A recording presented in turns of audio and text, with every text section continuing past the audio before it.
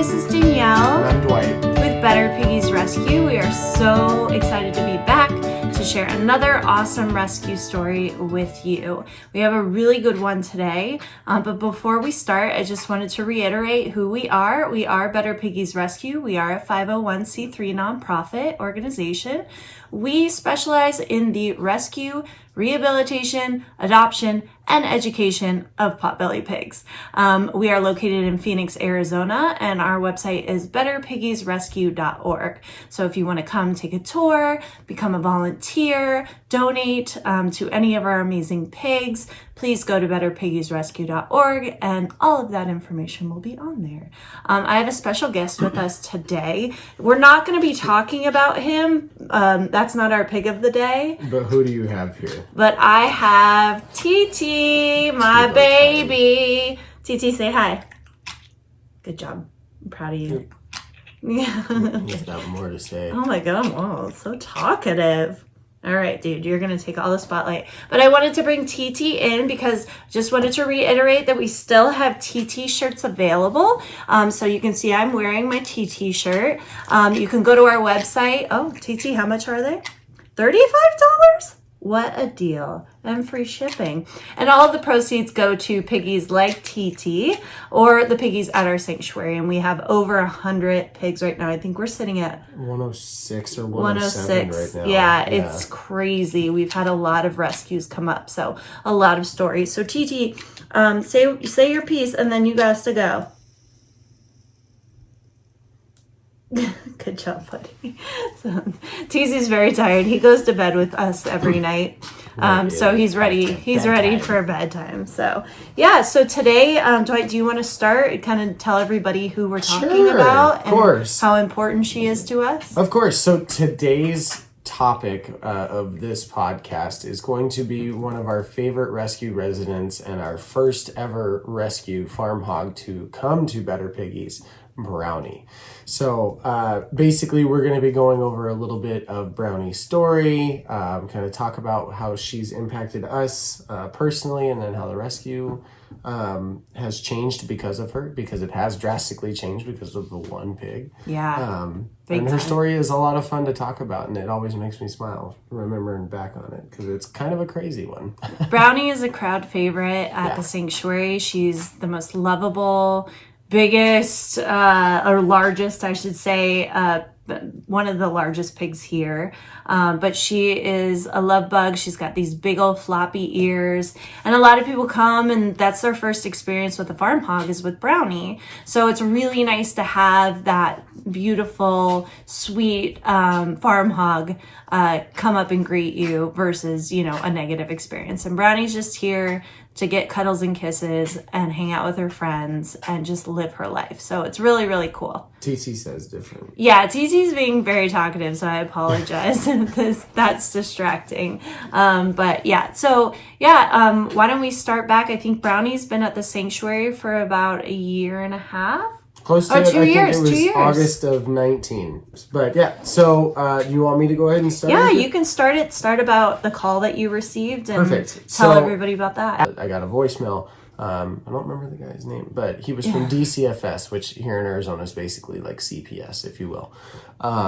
Saying, hey, we're removing a child from a home. She has a pig as a pet, and we need to find a place for her to go. And she's a Yorkshire pig. He had no idea what that meant, but that's what he was told. I ended up giving Danielle a call and told her what I heard from the voicemail, sent it to her and everything. And she's like, all right, we'll give him a call back. We'll see what the deal is. Because it was a very vague message. Wasn't entirely sure what was going on.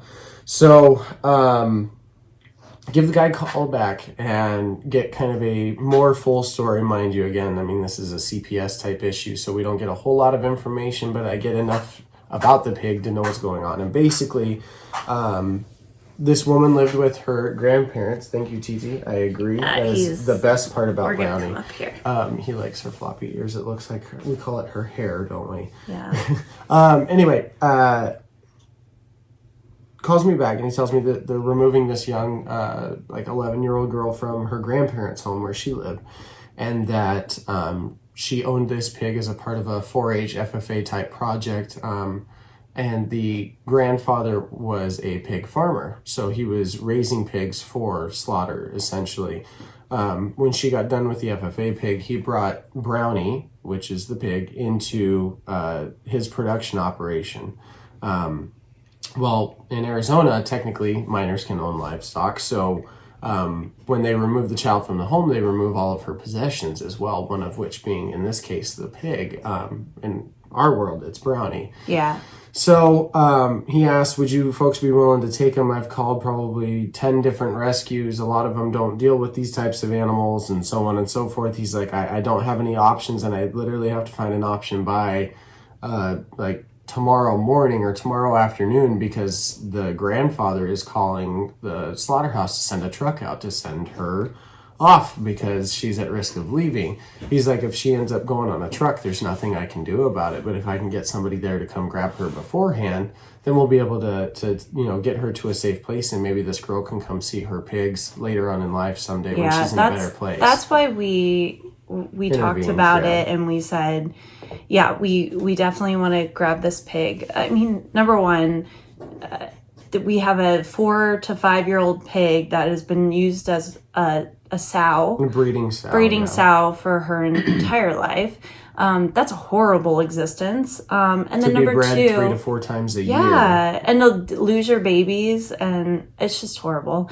And number 2, yeah, this little girl raised this pig. She was attached to it, and we want to make sure that we had a place for her to go when she gets older, or when her foster family allows her to see Brownie again, to come and see Brownie. And we just wanted there to be a safe place. And plus, like, this was our first farm hog. Yeah. We'll kind of get into that later, but we weren't ready for it at all. But, we had dealt with farm hogs before. We knew how amazing they were. We knew how loving they were. And we were just like, it was a no-brainer for us. Yeah, we knew eventually at some point we were going to be bringing in farm hogs. We weren't quite ready or expecting it as soon as we ended up having Brownie. But the situation proved to be really good. We decided, we obviously discussed it, and we were like, okay, well, we're going to go get this girl, and our timeline is like 5 a.m. tomorrow morning, so we're going to have to go tonight. So we end up getting the trailer probably about 10:30, 11 o'clock at night, bring it back to the house, get the truck ready and everything to go, and we go to bed trying to get as much sleep as we can. Probably sleep about 2 Get up at like 2, yeah. We got up super early. Mind you, the place... Fed the pigs. where Brownie was located is in Paulden, Arizona, and that's pretty much kind of... to best explain it, between Prescott Valley, Arizona, and Chino Valley, if anybody's familiar, but it's up northern Arizona. It's about 2.5 hours from us. Yeah, so we wake up, like she said, probably about 3 o'clock in the morning, 2:45, 2:30, something like that. Feed the pigs. They were not very happy about that. Feed the pigs, yep. And then we decided to start heading out on the road, and Danielle was like, oh no, I'll stay awake, I'll help, keep you awake on this trip, and fell asleep 10 minutes into it. A long drive. Anyway, I have a lot of pigs to take care of. So, I was tired. So we end up getting all the way up toward Paulden. And first of all, I got lost probably about 4 times because GPS wasn't sure which dirt road led me where. So we eventually kind of figured it out. Sort of found it, and then just kind of decided to ride with it. We weren't going to stop moving until we found the pig, so we were just going. Mind you, where this was located was kind of on the plains area, if you will, up here. So it's flat, there's nothing around, nobody really living out there. I mean, there's huge spaces between people, minutes, before you see anybody. And it's pitch black because it's, 4 a.m., 5 a.m. in the morning. And we don't see any lights, we don't see anything. It was dark. It was something out of a horror movie. We were kind of leery of what we were getting ourselves into. Keep driving, and then way off in the distance, we see headlights, kind of giving me that Jeepers Creepers movie vibe, but we see headlights off in the distance, and we're like, well, let's try to see what's gotta be him. So we were told that the owner, or the grandfather person, was going to meet us there. He was going to show us where the pig was, and he was going to help us load her. So we were prepping for that. Yeah, we were kind of planning for that, and I stopped short of the headlights because I don't want to be driving onto somebody's property in the middle of the night when it's dark and get shot. So I wanted to make sure that it was him, and it was, fortunately. And he tells me, he's like, yep, we're all ready to go. Just pull on over here toward my truck. So we pull up to the property, and I can see off on the side, probably, I don't know, 100, 200 feet from where we were, a bunch of really small pens, reminded me a lot of like a dog kennel, like we would see at a county animal shelter type setup. It wasn't very pleasant looking. Bunch of chain link fence and stuff like that. It didn't look great. That's where all the pigs were, so I was assuming that's where our pickup was going to be, not knowing that this guy had his truck right there with some like a makeshift janky trailer, homemade trailer on the back. And so we hop out and we're like, hey, where's the pig? We want to get a look at her and whatnot. And he's like, oh, she's right here. And he points toward that trailer on the back of his truck. And in this little janky trailer, it was like made out of like wood curtains. Yeah, it was like made out of weird. plywood and hog paneling and zip ties. Gum. I'm sure that was in there. But anyway, we look back there and there's this gorgeous, beautiful, absolutely gorgeous brown, short-haired Duroc Farmhog. This is not a Yorkshire. I was showing up expecting a Yorkshire. I got a Duroc. For those that don't know the difference, Durocs are just a little bit smaller than Yorkshires, but big floppy ears that fall in their face. We still estimated she was probably about 650 pounds. Massive. So we're dealing with pot bellies. So when we saw the farm hog, we were like, oh god. All right. Here we get ourselves into?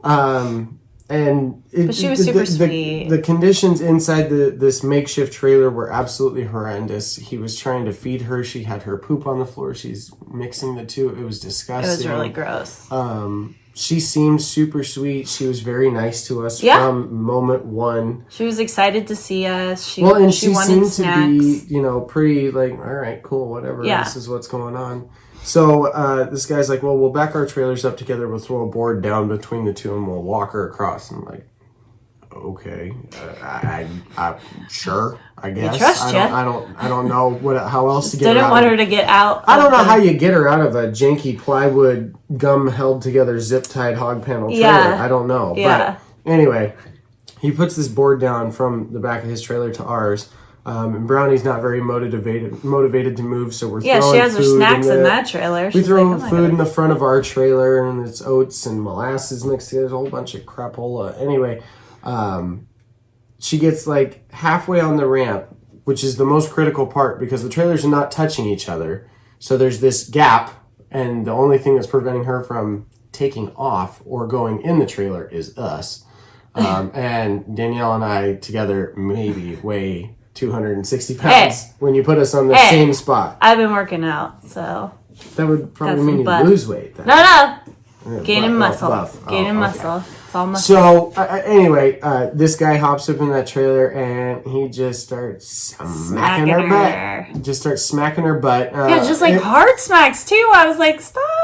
Yeah, I mean, let me put it. I mean, to be fair, it wasn't by any means comfortable, and I didn't like it, but it also wasn't aggressive in nature. It wasn't mean. It wasn't comfortable. It was versus very uncomfortable. Other smacks where you're like, I feel comfortable with that. Okay. All right. Anyway, we get her into the trailer. We lock the doors. We can't believe, like, oh my gosh, that worked. Let's get the heck out of Dodge. Yeah. So there's some paperwork involved. We fill out the paperwork, and he asks, he's like, so are you gonna eat her? We're like, yeah. So whereas we're like in our Better Piggies rescue shirts. If you look at my shirt, it says rescue, not Better Piggies Eatery.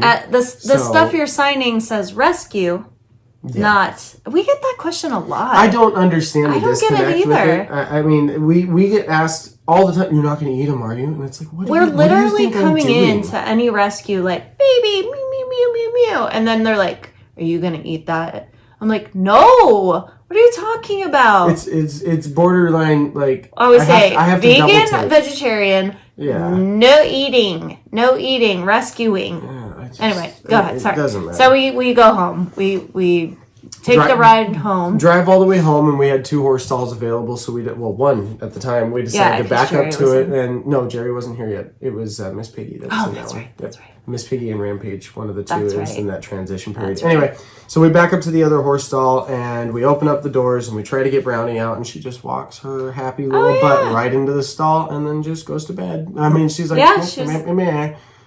So, that was awesome. We got her started on a new diet immediately because, again, she was on what we call a grower diet, which means they try to get her to grow as much weight as quickly as possible so that she's worth more money when they sell her for slaughter weight. It's terrible.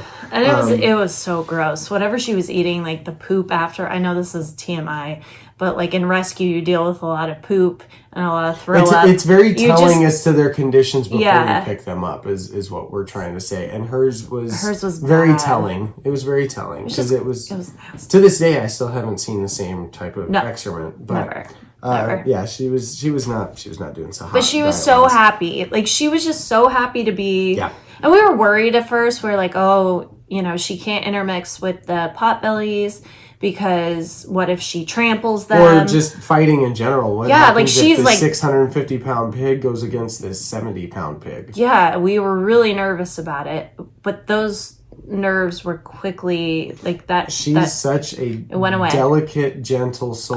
The best way to explain her, I was just about to say, is the matriarch of the rescue. She's a mama. She loves the other pigs. Like as soon as we got her interacting with the other pigs, she was like, okay, you guys are all my babies. She would check them if they tried to fight her. She wouldn't even fight them. She would check them. She's so funny. And then be done with it. When another pig comes into the field and they always have to check Brownie, she never fights back. She's the sweetest girl. She just rolls them. She just rolls them. She's like, oh, no. And she rolls them. And they don't do it to her again. But she's become our little cuddle bug. Again, she's a volunteer favorite. Yeah. We have a couple of volunteers that like live and die by Brownie. Yeah. Like they come, they cuddle. It's amazing. Like the bond that they have with Brownie. Well, and she's been making really big impressions with a lot of our volunteers, a lot of our tour people. For a year and a half now. Every single tour, every single volunteer has something to say about Brownie. I think her story resonates with people, and just like people don't understand what they eat and they don't get the connection between this beautiful soul and the piece of bacon on their plate, or this beautiful soul and the babies that they see at the fair that, kids are using for 4-H, they don't get that connection. But when they meet Brownie and they get to hang out with her and they get to see how gorgeous she is, like inside and out, they really do fall in love. Well, and it also helps people understand because they differentiate potbellies and farmhogs very differently just because of size. And really, the minor differences are just size. If anything, the other differences would be that the potbellies seem to always have kind of a chip on their shoulder, whereas the farmhogs do not. The farmhogs are notoriously super sweet at almost all times, which is almost more disheartening about the whole slaughter factor, just because they are so much nicer than pretty much most other farm animals in general. They're very trusting giants. Too. Yeah. So, that's a common misconception. And so when people come to the rescue that do eat, pork, or that do have this negative connotation behind pigs eating people, or they're mean and aggressive, and then they come and they meet Brownie and they see not only is she very sweet, but she's very gentle and she's very intelligent.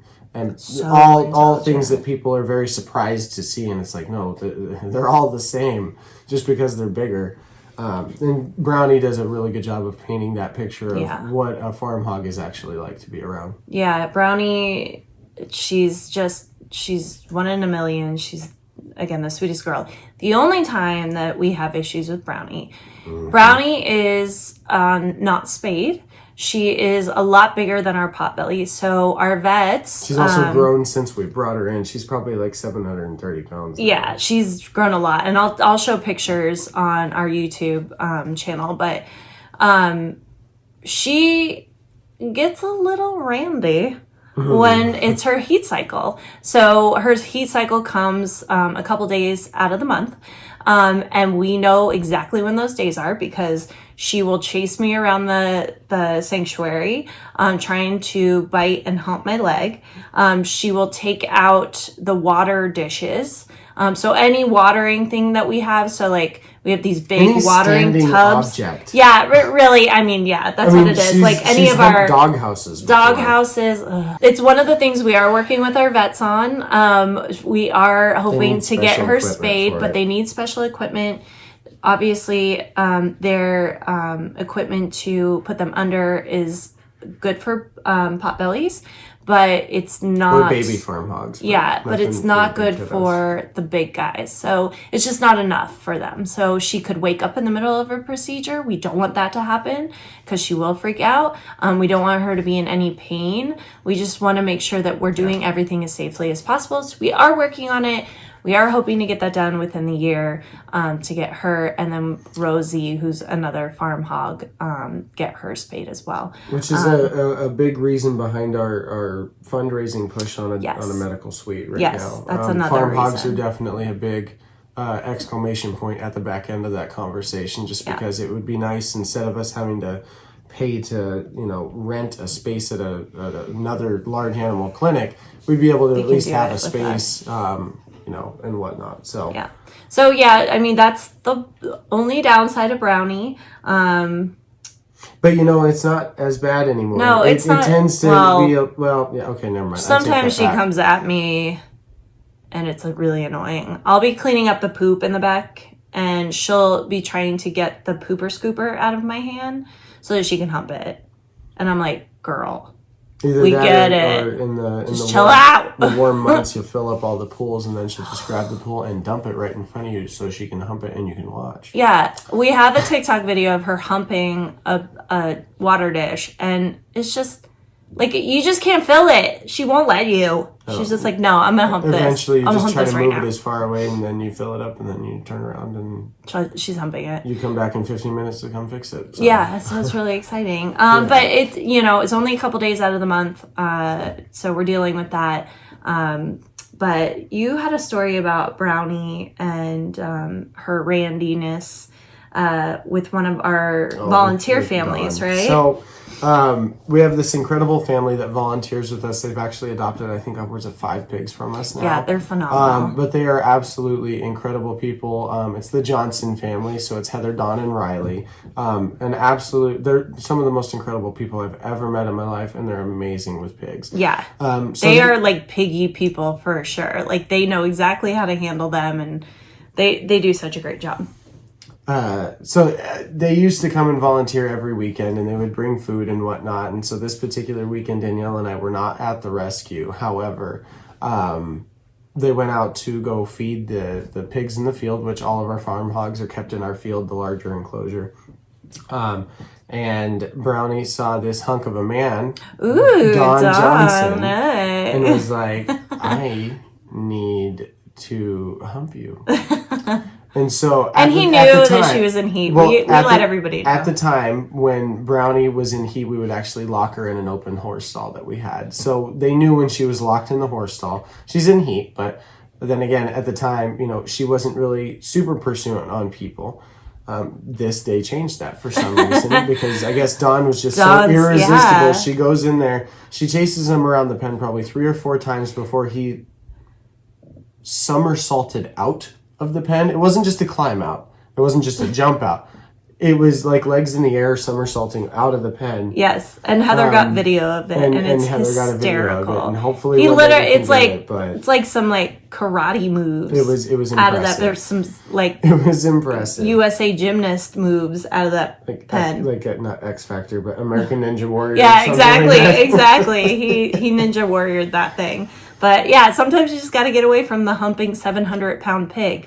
So, but Brownie, she's loving her life. She has a bunch of other farm hogs with her. When we got Sir Hampton in, she was besides herself. She loved it, and she also was really good at teaching her magical ways of destroying fences. Yes, so. We call them Wreck-It Ralphs. All of them, they're nightmares. Just because, if you think you have a fence that's secure, bring in a farm hog. Brownie unintentionally taught me how to weld. Yeah, so she'll roundhouse kick that fence, and then it's gone. So everything at our sanctuary, sorry, I keep hitting it too. I've done it like twice. Everything at our sanctuary is like reinforced about 15 times because the farm hogs Wreck-It Ralph and it's like everything. It's metal. And she knows. She's like, there's food in there. I'm going to get it. I don't care what you say. It's happening. And she just right through it. So that's a good little technique that we learned, or a good little thing that we learned about farm hogs is they will get through anything. Anything that they can push their 700-800 pounds through. So she taught us a lot. Brownie taught us a ton. And again, with the farm hogs, she has been Mama Bear. She's taught not only the farm hog piglets, but also the older farm hogs that come in, like how to be good kiddos. She's working with A-Train right now. A-Train's being a jerky face. He's in his teenage years, but she is working with him. And then she has a bunch of little potbelly pig friends that follow her around everywhere. When it's cold out, they all huddle around her. They love her so much. Her best friend in the whole entire world, though Brownie doesn't know it, but Beans knows it, is Beans. Beans is this tiny little potbelly pig. Whopping 55 pounds of potbelly. She's so small. She came into the rescue. She has a horrible story. We'll tell you about her story in a little bit, but she's doing great now. But she, as soon as Brownie came in, it was like, oh, this is my mom. Mm-hmm. And you know those fish that attach themselves to sharks and like eat off their plankton or whatever gets on sharks? That's Beans to Brownie. Like anywhere Brownie goes, Beans is going to be. She is madly in love with Brownie, and it's super, super sweet to see this 700-pound farm hog with this 50-pound potbelly. And Brownie's really taught Beans how to be very confident. So now Beans thinks she's 700 pounds and goes at all the potbellies like she's Brownie. And it's pretty cute. It's pretty sweet to see. Nobody gets hurt. But it's really, really cute to see all this confidence that has come out from Beans, who was the shy little piglet when we got her, to this like amazing, beautiful pig. Still shy with people, but she's doing really well. She's working on it, and Brownie's helping her. Yeah. So yeah, we love Brownie. We are so thankful for CPS for calling us and involving us in this, and hopefully one day her owner can come back and see her. We're hoping that, you know, we are doing everything in our power so that Brownie has the longest life possible. You know, making sure that she's taken care of, making sure that, you know, her health is in check, and then hopefully getting her spayed in the next year. So we're just making sure that she's okay, so that when that little girl does want to come back and see her pet, she is able to do that. So Brownie will be with us forever. She is a forever pig. We do not adopt out any of our farm hogs, so don't even think about it if you wanted to. That's our baby. No, it's just a standard rule for us. We do not adopt out our farm hogs, but yeah, she's been amazing. So if you do come to the sanctuary and you take a tour, or if you're volunteering, make sure that you come and sit with Brownie, because she is the sweetest girl in the entire world, and you will not be sorry. She's a big cuddle bun when she's on the ground. You can spoon her, and she's fine. She loves it. Yeah. So yeah, that's our story about Brownie. We saved it's her. It's ever changing, but that's the more fun parts and more critical parts to this point. But we saved her from slaughter, and high five to that. Yeah. Yep.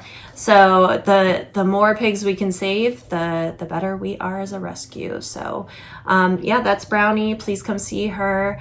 Thank you guys for listening to us. Again, if you have any questions, if you want to take a tour, if you want to volunteer, if you want to purchase any of our shirts that are for sale, like that, you know, we also have masks, whatever. If you want to donate to our kiddos, if you want to donate to TT, who's passed out, you're dying. Yeah. Oh, I'm so tired.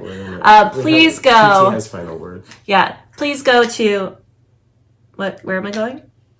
betterpiggiesrescue.org, right, TT? Yeah, so please come and see us. And again, you can go down any of our social media platforms. We're on Facebook, Instagram, and TikTok. We have a lot of fun on there, and we do educate when we can. So meet our new rescues. We have a bunch of them, and just come see us. So yeah. All right. Well, thank you guys. And go to betterpiggiesrescue.org. We are Better Piggies Rescue. Again, I'm Danielle. And I'm Dwight. Thank you for joining us. See ya.